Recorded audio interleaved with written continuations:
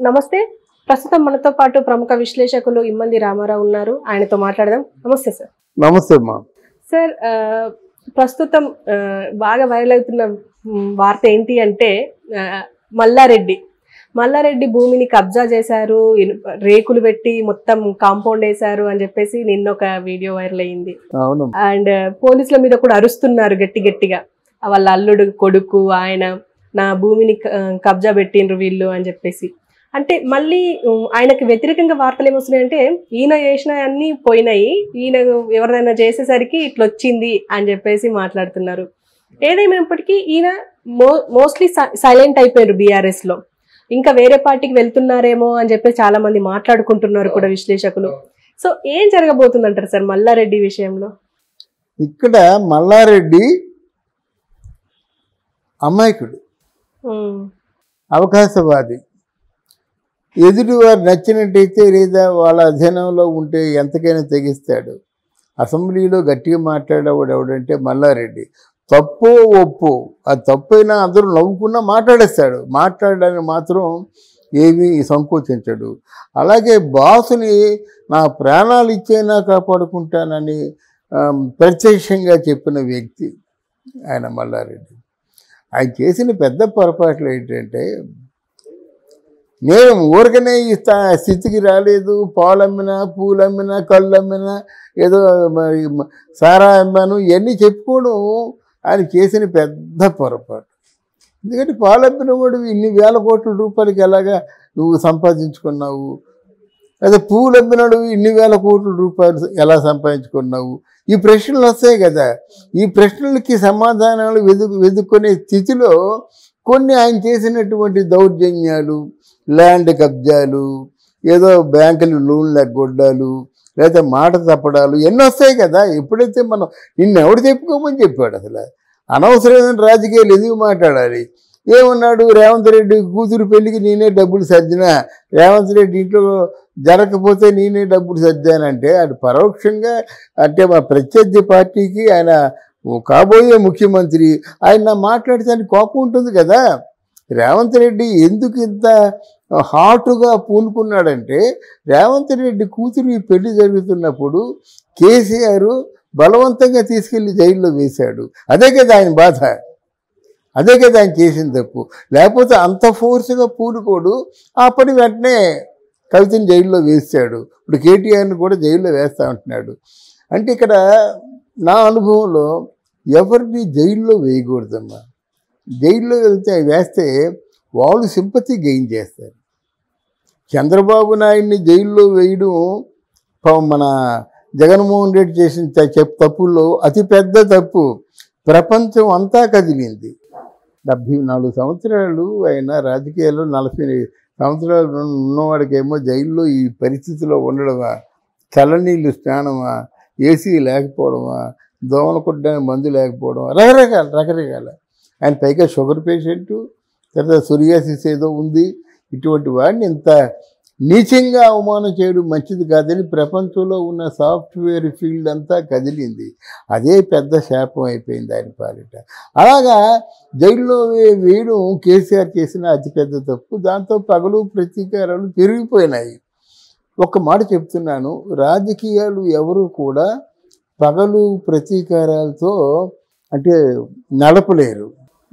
మీరు రాజకీయాల్లోకి వచ్చింది ఎందుకు, నువ్వు ఓటు ఎందుకు వేసావు, నీకు మా జీవితాలు బాగుపడతాయని, నా కొడుకు ఒక ఉద్యోగం వస్తుందేమో, గవర్నమెంట్ ఇల్లు ఒకటి మాకు వస్తుందేమో, ఇంతకాలంగా ఇల్లు లేదు కదా, తర్వాత ఏదైనా కొంచెం రుణాలు అంటే పావల వడ్డీకో ఎంతో రుణాలు ఇస్తారేమో, అలా రుణమాఫీ చేయమని చెప్పడం కూడా అది మంచిది కాదమ్మా. రుణమాఫీ ఏమిటి, నువ్వు రుణం అని చెప్పావు, పావల వడ్డీకి ఇస్తున్నాడు.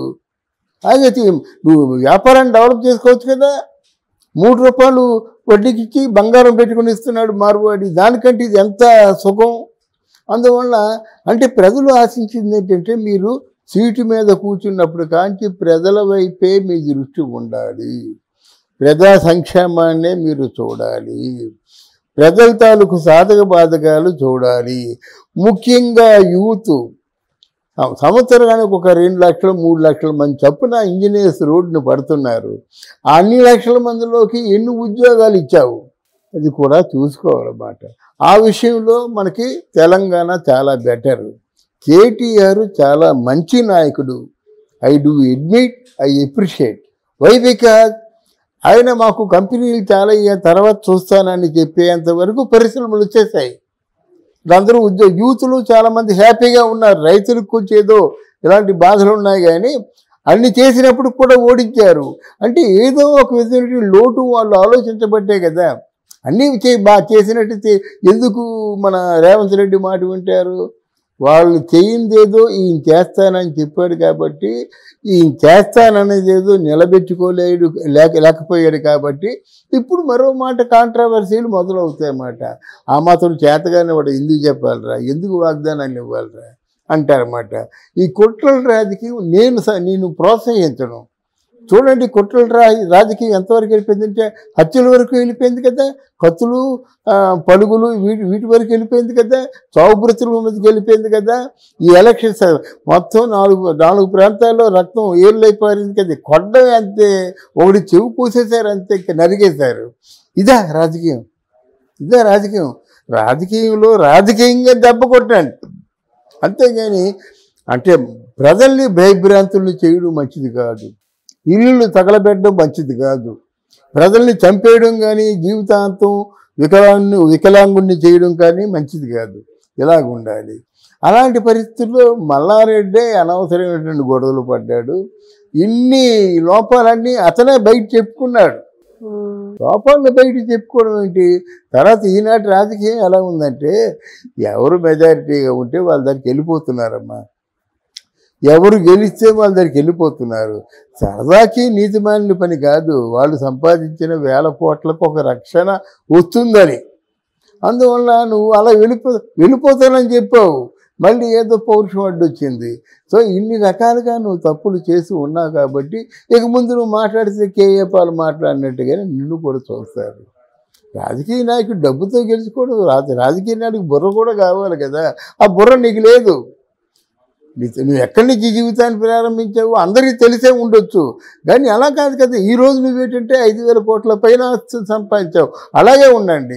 ఏది తప్పు, ఏది రైటు, ఏది మాట్లాడాలి, ఏది మాట్లాడకూడదని. ఇప్పుడు మల్లారెడ్డిని ఎవరు రక్షిస్తారు? పోయింది 1,000 కోట్లే. ఎవరు రక్షిస్తారు? ఎవరు రక్షించారు కదా. పోనీ అలాగని ఇక్కడ ఏమైనా రేవంత్ రెడ్డి రక్షిస్తాడా? రక్షించడు. మళ్ళీ ఏం జరగాలి? ఆయన పోయిన ఆస్తిలో సగం ఆస్తి ఎవరికో ఇచ్చి కాళ్ళు వేళ్ళు పట్టుకుంటే కానీ మళ్ళీ వచ్చే అవకాశాలు లేవు. ఇది వాస్తవం. ఇప్పుడు మేమేమి లంచాలు తీసుకుంటామని నీతి వాక్యాలు పలికినప్పటికి కూడా ఏదో ఇంత నీకు నా మూలంగా నీకు 5,000 కోట్లు వస్తున్నాయి. మరి దీనిలో డీల్ అవ్వాలంటే మరి అధికారులు వీళ్ళందరూ మరి ఇంక్లూడ్ అయి ఉంటారు. మరి వాళ్ళు కూడా చూసుకోవాలి కదా. నువ్వు నా కోసం కాదు, వాళ్ళ కోసం చూసుకుంటూ అయిపోయింది కదా. అందువల్ల మల్లారెడ్డి చేసింది 100కి 100 తప్పు. లౌక్యం లేకపోవడం, ప్రథమ కోపం, ఇష్టం వచ్చినట్టు తిట్టడం, తన రహస్యాల్ని తనే బయట పెట్టుకోవడం, ఇన్ని కలిసి ఈరోజు మల్లారెడ్డి కేఏ పాల్ లాగా అయిపోయాడు. Thank you. Okay sir, thank you అమ్మా.